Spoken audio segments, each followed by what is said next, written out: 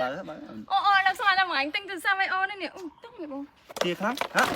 បង ជាខ្លាំងហ៎ធ្លាក់បាត់អូន ឥឡូវធ្វើមកជិះបងធ្លាក់បាត់ហើយហ្នឹង មានធ្វើម៉េចរបស់ថ្មីតាមបានប្រើលោកមកវិញទៅមក អូស្ដាយនេះអត់តាមបានប្រើផងឥឡូវបែកបាត់ហើយហ្នឹង ធ្វើមកសិនមកអូនឯងមិនដឹងតែបែក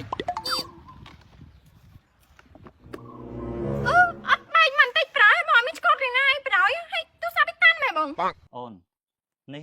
Honor អូនឯងដឹងទេតើកោ Honor គឺតាន់គ្រប់ស៊េរីជាពិសេស Honor ស៊េរីថ្មីនេះ X9C រត់តែតាន់ទៀត អូយអូនធ្លាប់តែលើគេនិយាយអានេះឃើញច្បាស់នៅភ្នែកប្រោយហ្នឹងហ៎បង ឥឡូវចាំបងប្រាប់ពីលក្ខណៈសម្បត្តិរបស់ Honor ស៊េរីថ្មី X9C ឲ្យអូនឯងស្ដាប់ Honor ស៊េរីថ្មីនេះអូនបង្កើនភាពតាន់ជាងមុនរហូតដល់ 200% តាន់គ្រប់ជ្រុងតែម្ដងចំនួន AI ហើយបន្ថែមកម្រិតតាន់រហូតដល់កម្រិតផ្កាយ5ពីប្រទេសស្វីសការពារការធ្លាក់រហូតដល់កម្ពស់2ម៉ែត្រដល់នោះក៏បែកដែរអូនសំខាន់ណា Honor ស៊េរីថ្មីនេះមាន IP65 ការពាររហូតដល់3សតការពារមិនតែប៉ុណ្ណោះវាធន់ជាមួយនឹងទឹកក្តៅទឹកត្រជាក់រហូតដល់ដក30អង្សាហើយបើនិយាយពី Gaming Edition របស់ Honor វិញវាមានកម្លាំងខ្លាំងអាចលេងបានគ្រប់ game ទាំងអស់ហើយសំខាន់ឈ្មោះទៀតមាន refresh rate រហូតដល់ 120Hz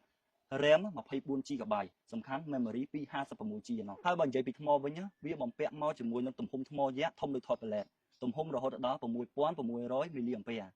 សំខាន់ណាអូនឯងសាកថ្មតែម្ដងប្រើបានរហូតដល់4ថ្ងៃសំខាន់មួយទៀតគឺឆ្នាំងសាក66វ៉ាត់មិនដែរប៉ុណ្ណឹងអែមអត់អូន អូយលយខ្លាំងណាស់បងរូបរាងស្អាតហើយសំខាន់មានអាចចំណុចពិសេសនឹងច្រើនទៀតអូនចូលចិត្តហ្មងហើយជាពិសេសអូនចូលចិត្តលេងហ្គេមអញ្ចឹងដឹងតែត្រូវហ្មង